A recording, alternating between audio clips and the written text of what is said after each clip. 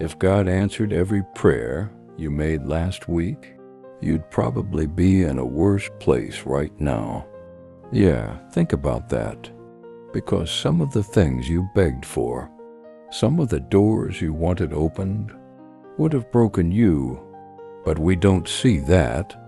We just think God is saying no, when He's actually protecting us. And that's where most people get it wrong. Most people say they trust God, but the moment life doesn't go their way, they panic. They stress. They overthink. They start questioning everything. They pray for peace, but live in anxiety. They ask for guidance, but ignore it when it doesn't match what they want. Let's be honest, a lot of people don't want God's will. They want Him to approve their plan. They don't want direction. They want control. They don't want transformation. They want comfort. But here's the truth: God didn't come to make you comfortable. He came to change you. And change is uncomfortable. It stretches you. It humbles you.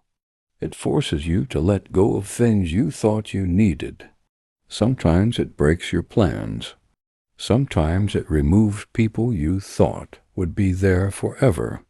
Sometimes it closes doors you cried over, doors you begged to walk through.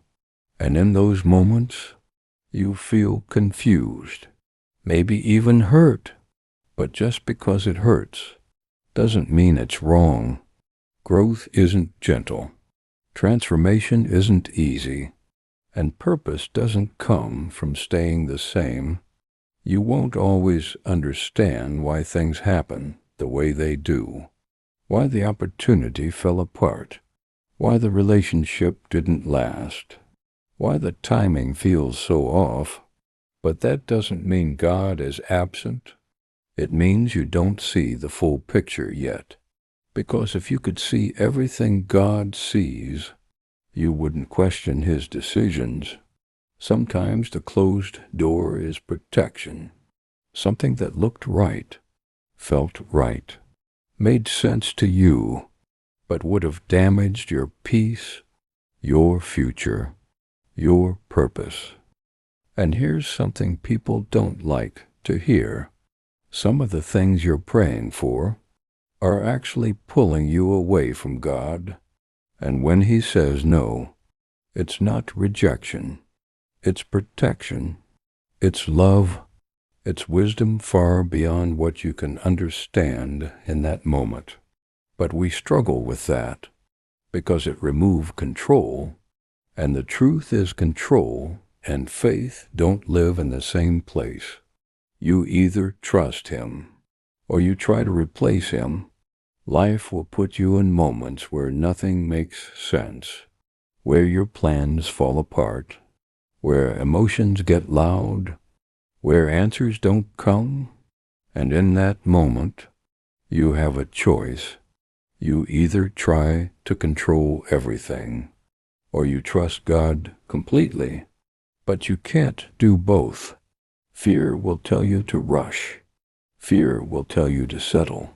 Fear will tell you to grab whatever is in front of you, just to feel secure. Fear will have you chasing doors God already closed. But real faith is different. Real faith pauses. Real faith waits. Real faith trusts even when it's uncomfortable.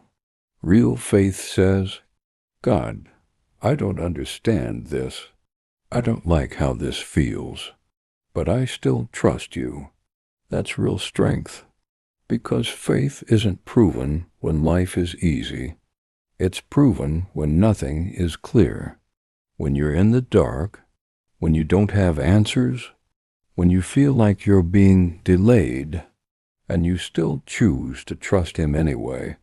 And here's the truth: God is always working, even in silence, even in delay, even in rejection. Just because you don't see movement doesn't mean nothing is happening. He's aligning things behind the scenes. He's removing what doesn't belong. He's preparing you for something greater, and most importantly, He's protecting you from things you don't even know would have hurt you. One day, you'll look back and understand. You'll realize the thing you cried over was never meant for you. The door you kept trying to open was closed for a reason. The delay that frustrated you actually saved you, and the prayers that weren't answered were actually blessings in disguise, because maybe, just maybe, God didn't give you what you asked for, because He loves you too much, and what He has planned instead is better than anything you could have imagined. If this message helped you, subscribe and share it with someone who needs it.